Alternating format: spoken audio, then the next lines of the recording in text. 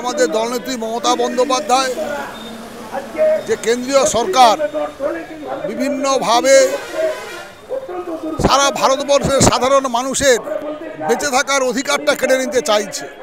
আমরা দেখেছেন যে আজকে আমাদের নেত্রী মমতা বন্দ্যোপাধ্যায় কেন্দ্রীয় সরকার যে জনবিরোধী সিদ্ধান্তগুলো নিয়ে ভারতবর্ষের নাগরিকের উপর চাপিয়ে দেওয়ার চেষ্টা করছে, তারই বিরুদ্ধে আজকে সারা বাংলা জুড়ে আজ এবং কাল দুদিন কর্মসূচি নিয়েছে আমাদের দলীয় কর্মী সমর্থকদের মাঠে নামার।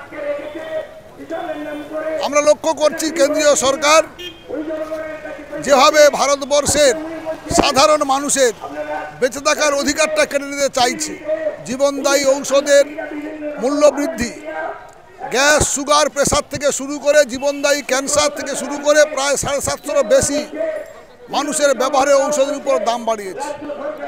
অপরদিকে আমাদের রাজ্যে শান্ত বাংলাকে অশান্ত করার চেষ্টা করছে, ধর্মীয় জিগিরকে সামনে রেখে জিগির তুলে যেভাবে শান্ত বাংলাকে অশান্ত করার চক্রান্ত বিজেপি শুরু করেছে। দ্রব্যমূল্য বৃদ্ধি যেভাবে বাংলার মানুষের নাবিশ্বাস হচ্ছে, তারই বিরুদ্ধে জনমত গড়ে তোলার জন্য আজকে আমাদের এই কর্মসূচি। আমরা দেখেছি যে যখন এরকম একটা স্বৈরাচারী সরকার ভারতবর্ষের এক এক করে বাংলার সব কিছু কেড়ে নেওয়ার চক্রান্ত করছে শুধুমাত্র রাজনৈতিক স্বার্থে, যেহেতু সারা ভারতবর্ষের বিভিন্ন জেলা রাজ্য দখল করলেও বাংলার মানুষ মমতা বন্দ্যোপাধ্যায়ের সঙ্গে আছে, তাই বাংলা মানুষের আপনারা দেখেছেন যে আবাস যোজনার টাকা থেকে শুরু করে 100 দিনের কাজের টাকা বন্ধ করা থেকে শুরু করে ধারাবাহিকভাবে বাংলাকে বঞ্চনা করার চেষ্টা করছে। সর্বশেষ সংযোজন যেভাবে অনৈতিকভাবে প্রায় 26,000 ছেলেদের চাকরি কেড়ে নেওয়া হয়েছে।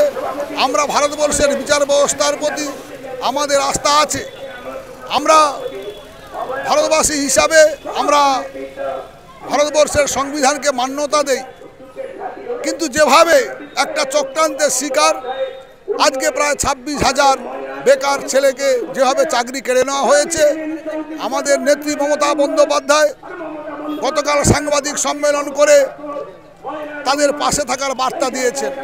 আমরা আমার দলের পক্ষ থেকে আজকের এই মিছিলের মধ্য দিয়ে আমরা তাদের কাছে বার্তা পৌঁছাতে চাই, আমাদের নেত্রী, আমাদের দল আপনাদের পাশে আছে। আমরাও চাই যোগ্য প্রার্থীরা কেন আজকের দিনে বঞ্চিত হবে।